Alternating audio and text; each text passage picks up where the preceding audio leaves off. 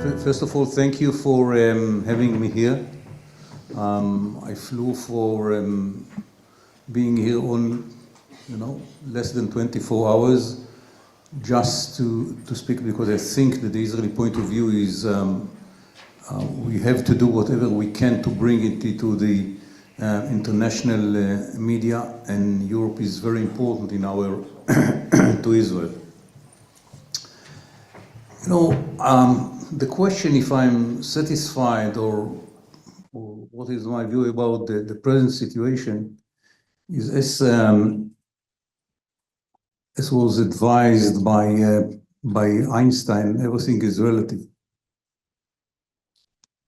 I mean, if you look a year and a week ago, what was the situation of Israel in the 7th, 8th, 9th of October, and you compare it to the situation of today, no question that we did a long way.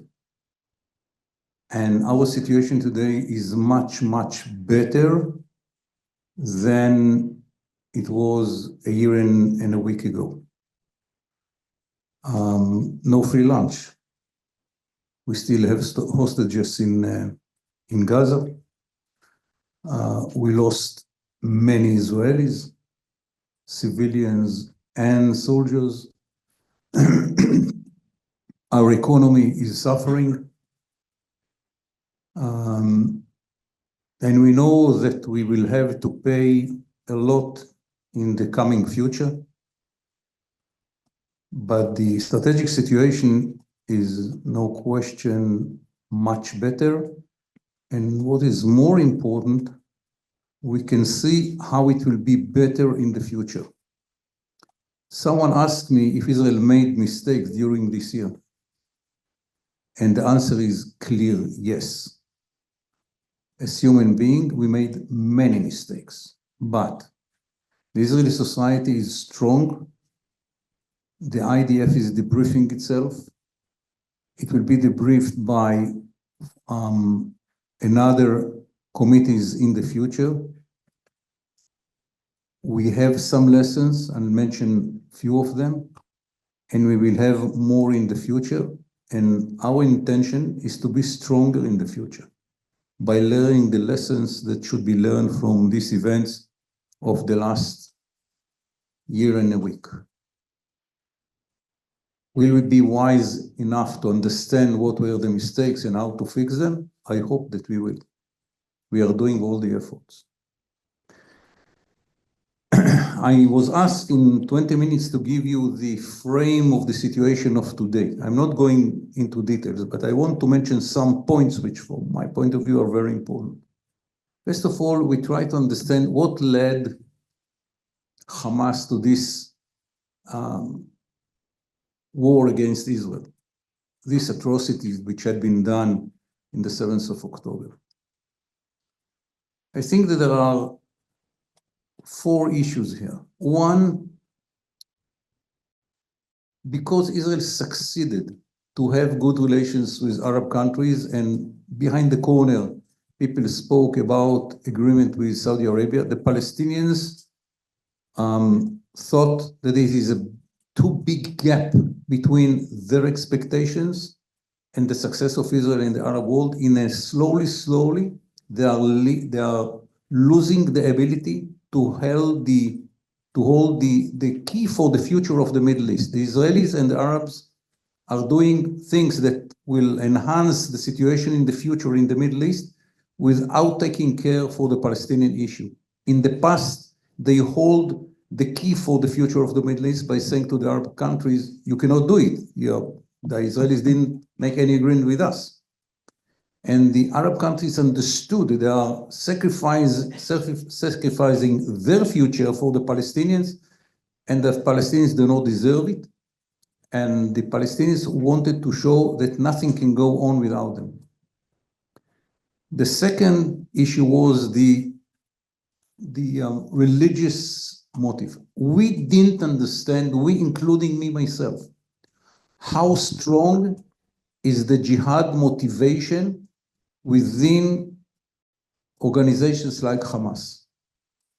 that in a way Hamas, ISIS, Al-Qaeda, and others are in the same group of organizations which do not care to anything, not to their people, not to other Muslims. They kill more Muslims than Christians and Jews together. It is about jihad. And we ignored it, and we thought that Hamas wants to elevate the standard of living of Gaza, economy of Gaza, so on and so forth. No, that was the biggest mistake.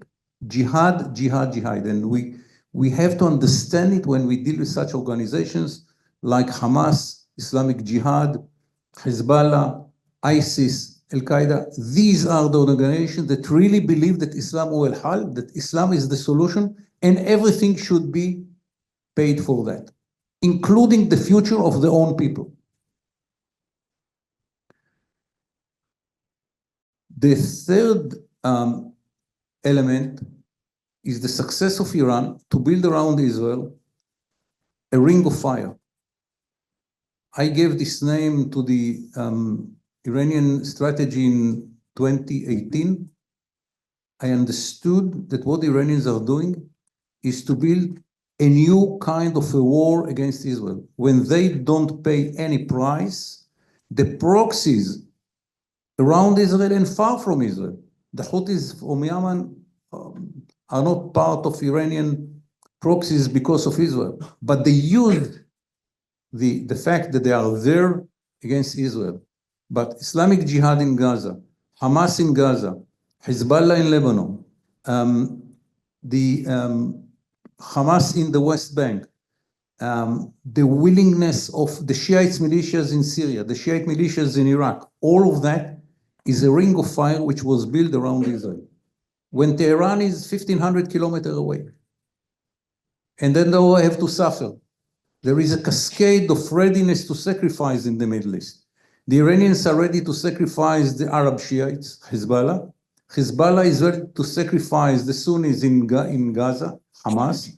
And Hamas is ready to sacrifice the people of Gaza for his benefit and dreams.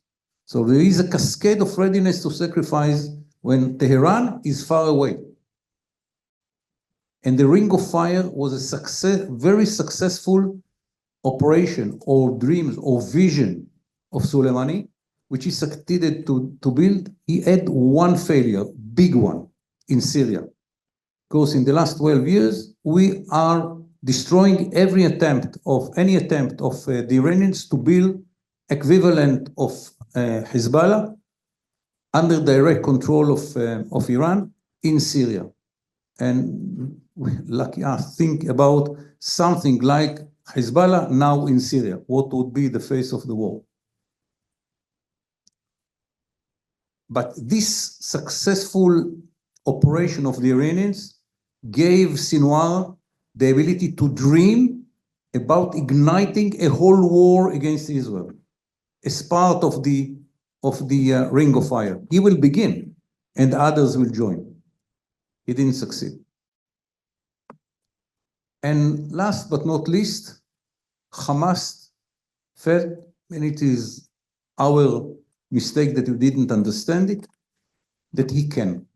That now he has the ability to do something which will change the balance of power between Israel and Hamas. That was the biggest mistake that we had in the morning of the 7th of October. We didn't understand it. The entrance of Hezbollah to the war is not connected to the Palestinian issue at all. It was about the position of Nasrallah personally as the leader of the Muqawama, as the leader of the resistance. He couldn't see Sinwar taking it from him. He had to enter the war to show that he is part of the Muqawama, not part, leader of the Muqawama. He was surprised by the attack of Hamas, but he understood that he cannot stay away from this war, because if he does that, he will lose his reputation as the leader of the Muqawama. But at the same time, not for saving the Palestinians, he was built by the Iranians. So we had to find the fine point between the two demands, one to take part and one not to sacrifice the organization. And in the last 11 months, that's what happened. The Hezbollah launched into Israel in those 11 months more than 8,000 rockets and missiles and other projectiles. He killed many Israelis. We have 80,000 refugees inside Israel. He didn't understand the meaning of it and the pressure in a democratic state by the fact that there are 80,000 refugees inside Israel. I don't know how the war would have begin without having an event, big event of use it or lose it. And I speak about the Beepers. Eid al-Beeper, they call it in the Arab world. What happened is Israel faced a question, a technical one. Either you use it or you lose it. And the decision was to use it, and that was the beginning of what people call the escalation. But it came after 11 months during which they launched into Israel more than 8,000 rockets and missiles, which killed civilians, soldiers, and remember the event, 12 Druze children. Cannot be forgotten in Israel. And the pressure of the 80,000 refugees. The beeper made the difference, or made the point in which we move all our capabilities into the north. It could happen because in Gaza, we are in a totally different situation than we had been in the 7th of October. It's a huge success. Very slow one, but huge success. What is the war in Gaza about? First of all, it's about the security of the Israelis. We don't want an organization that can launch rockets into Israel, that can invade Israel. This is the situation of today. Anyone in this room ask the question, what will be the reaction of Hamas in Gaza to the fact that Haniyeh was assassinated in Tehran?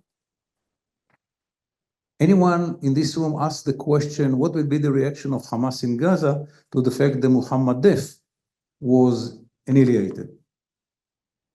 Anyone ask the question, what will be the reaction of Hamas in Gaza to the great success of Israel to get Nasrallah and to take him out of the world with some friends?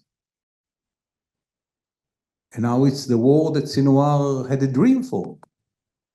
Hezbollah is in. Where is Hamas? Hamas in Gaza is not relevant anymore as a force which can invade or attack Israel by rockets, missiles, and so on. Yes, there are few thousands members of Hamas still alive in Gaza.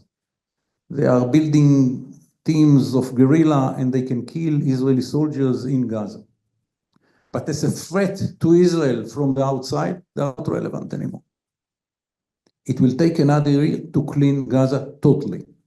And Gaza will be like Jenin, a big area A, in which IDF is not presented, and when there is a will or need or whatever, we will go in and out with forces which relative are not so big.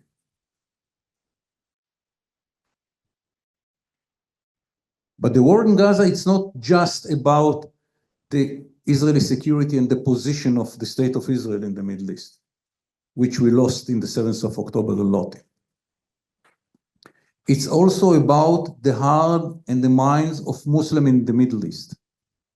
They should see that leadership like Hamas, leadership like Muslim Brotherhood, leadership like ISIS and Al-Qaeda is leading to catastrophe for its own people. It should be that we will win the war, and the war victory will be very visual, that it will be in the Middle East. that people should not trust leadership of such extremists. And this is why many leaders in the Middle East, either on the table, but many of them under the table, are more than satisfied from the result of the war in Gaza. Because they understand that that might help them to fight the extremism in their countries. But the war in Gaza is also about the war between axes in the world. It's the axis of Moscow, Tehran, Hamas, Hezbollah, versus the axis of Washington, Jerusalem, Riyadh, and the Gulf countries. No one has to declare it. It's understood. Everyone in the Middle East and around the world understand it. This is why leaders from Ukraine, Taiwan, North and Korea and others watch the war and the results. And this is why Biden, who is a graduate of the Cold War, understood it first before everyone, and he said, I'm sending the carrier to the Mediterranean. Because he understood that it's not just about Israel and Gaza, it's about war between axes. And it should be clear from the American point of view, for their interest, where America is standing with the members of the axis. The war against Hezbollah is part of this war between axes. Hezbollah is the strongest proxy of Iran. Hezbollah is involved from Yemen to Syria in every war which was conducted by the Iranians directly or indirectly.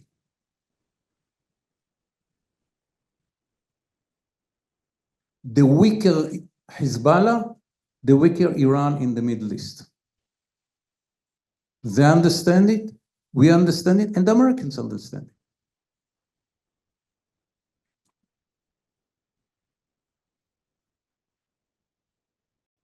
When people are asking about the war in Gaza, they're asking why it was so slow, why we use huge firepower, which led to many civilians to be killed. The truth is that we don't have a bad ratio between the number of terrorists that we killed and the number of civilians that we killed.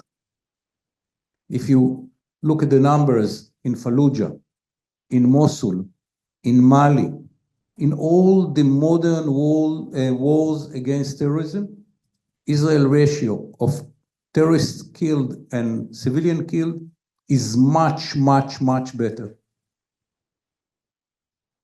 One of the reasons that it is so good, that it was a very slow war. At the beginning, the slowness was a result of the shock of the IDF after the 7th of October. The commanders didn't have the self-confidence which is needed. This is why it was so slow, and this is why they used a lot of firepower. But slowly, slowly, we build a system in which we are surprising the other side by having the ability to move in urban areas in a very secure way, combination of infantry, armor, and very important engineering forces, and special forces fighting inside the tunnels. In most of the cases, the other side ability to answer to their capabilities inside the tunnels was very limited. We have new methods that can be learned around the world how to fight inside the tunnels. And it was very slow because you have to synchronize between the moving up on the ground and moving down under the ground. And it should be synchronized. And this is one of the lessons that we learned during the war.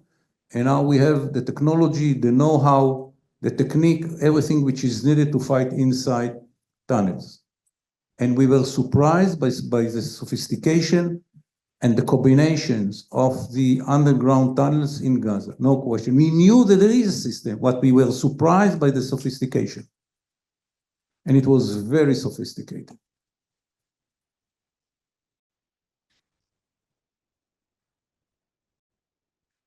I think in the last months, not even once, Hamas succeeded to launch rockets into Israel.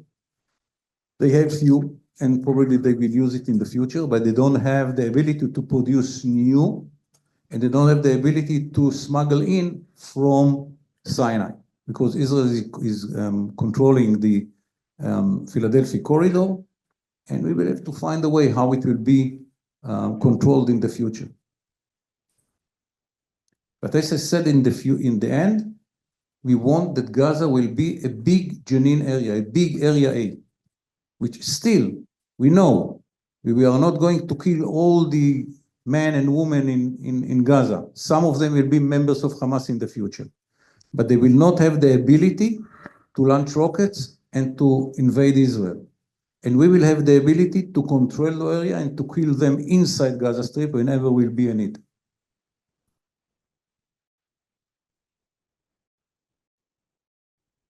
Lebanon. Lebanon is a surprise for many people. After what happened in Gaza, you didn't anticipate it probably that will be the situation in Lebanon. In a way, we are now eating the fruits of the last 20, 25 years, during which we made a decision to prioritize Lebanon. One of the problems that we faced in Gaza is that we prioritized Lebanon. And we didn't put all the sources which were needed for Gaza because we focused in Lebanon. A decision. I think the right decision. But we can argue. Few months ago, I was asked about the war in Lebanon. I said there are 6 parameters that should be considered. Doesn't matter. And I said the war in Lebanon will be 10 times more complicated than in Gaza because Hezbollah is 10 times stronger than Hamas. I said, but I'm not pessimistic because Israel is 20 times more ready to fight in Lebanon than it was ready to fight in Gaza. In the 8th of October, we didn't have a plan to take Gaza. We had to sit 3 weeks and to make the plan. The number of targets that we had in Lebanon at the beginning of the war is probably 50 times more than the number of targets that we had in Gaza. And so on and so forth. So when I was asked, I say, no, it's a 10 times stronger organization than Hamas. And the war will be very complicated. But the IDF is 20 times more ready than it had been ready for the war in Gaza. And you see the results. Sinwar is still alive, probably. I don't know. And Nasrallah not. Just to compare. What we want in Lebanon. We have 2 goals in Lebanon. One is very clear, defined on the ground. We don't want Hezbollah to have the ability to commit 7th of October Hezbollah version in the future. For that, South Lebanon should be clean from any force of Hezbollah. By the way, it's the words of 1701 decision of the United Nations. Should be fulfilled totally. Who will guarantee that it will be fulfilled? The IDF. UNIFIL is a bad joke.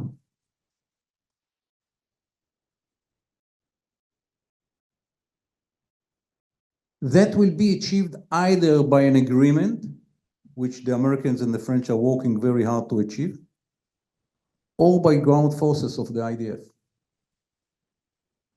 But we will not finish the war before having a clean area in which Hezbollah doesn't have any presence. And we will mark the line where it is so important to put Hezbollah, its connection between the ability to launch the land attack and the range of the Cornet, the anti-tank missile that they are using to destroy buildings in the north. By the way, they destroy thousands of buildings in the north. The second goal is to make Hezbollah ability to launch rockets and missiles into Israel weak enough that Israel will not be deterred by Hezbollah in the future. Why it is so important? Because one of the results of the war should be that Israel is not letting Hezbollah to grow again and to be another new monster near the state of Israel.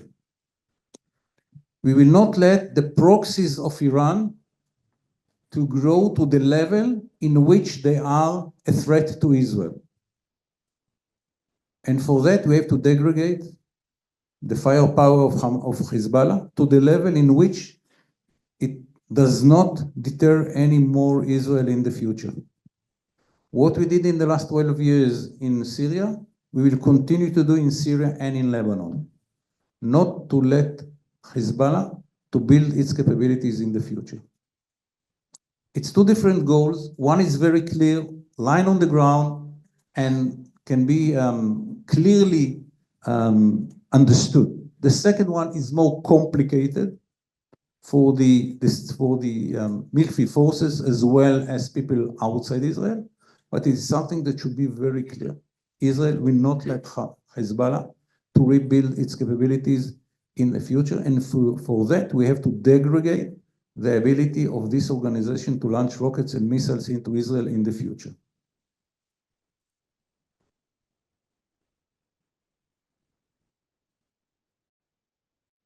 And to end my 20-something minutes, what are the first lessons which are very clear for us? And as you know, Israel is going to allocate much more billions of shekels to the IDF.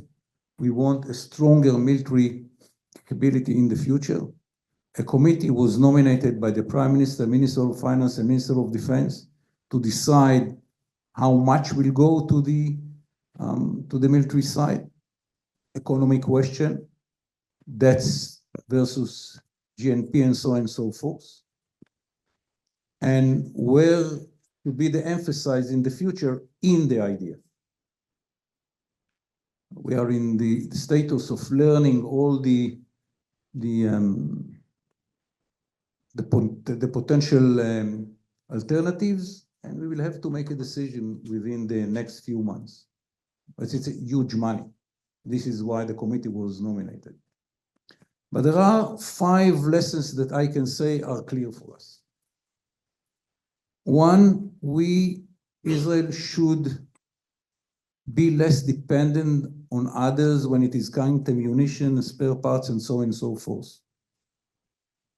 How much less dependent? How to build this independence?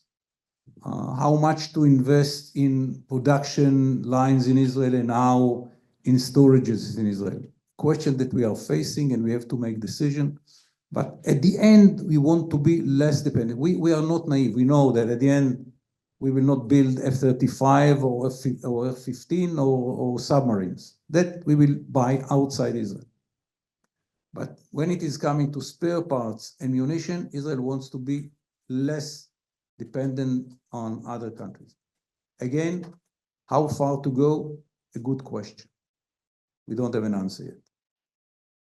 Second one, we understand that our defensive elements should be stronger in the future. One is the territorial defense system, which in Israel it was neglected in the last few years.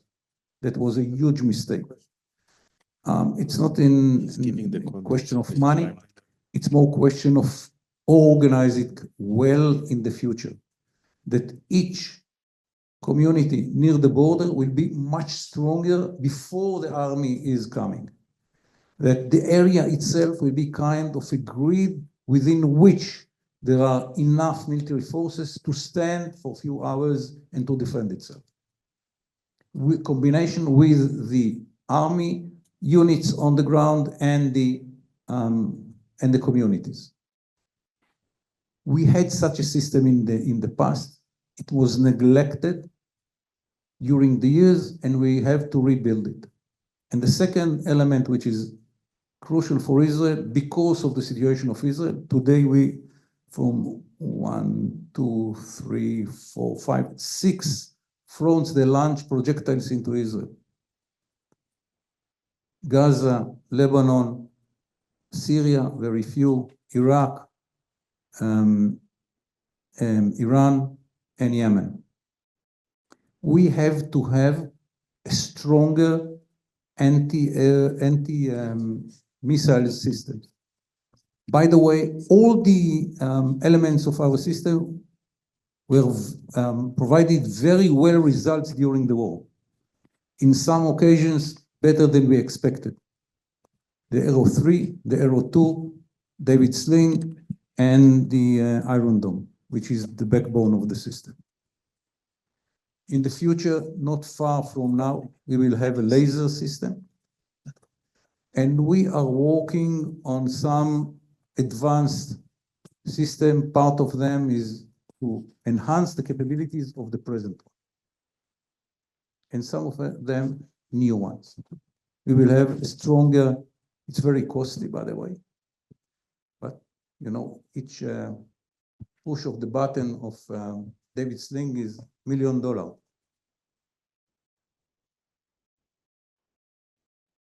And you have to see the young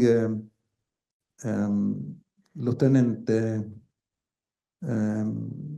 officer, and a woman at the age of 22, 23. When I came to visit, she was responsible for the system, and I told her, do you know that every time that you are pushing a button, it's $1 million?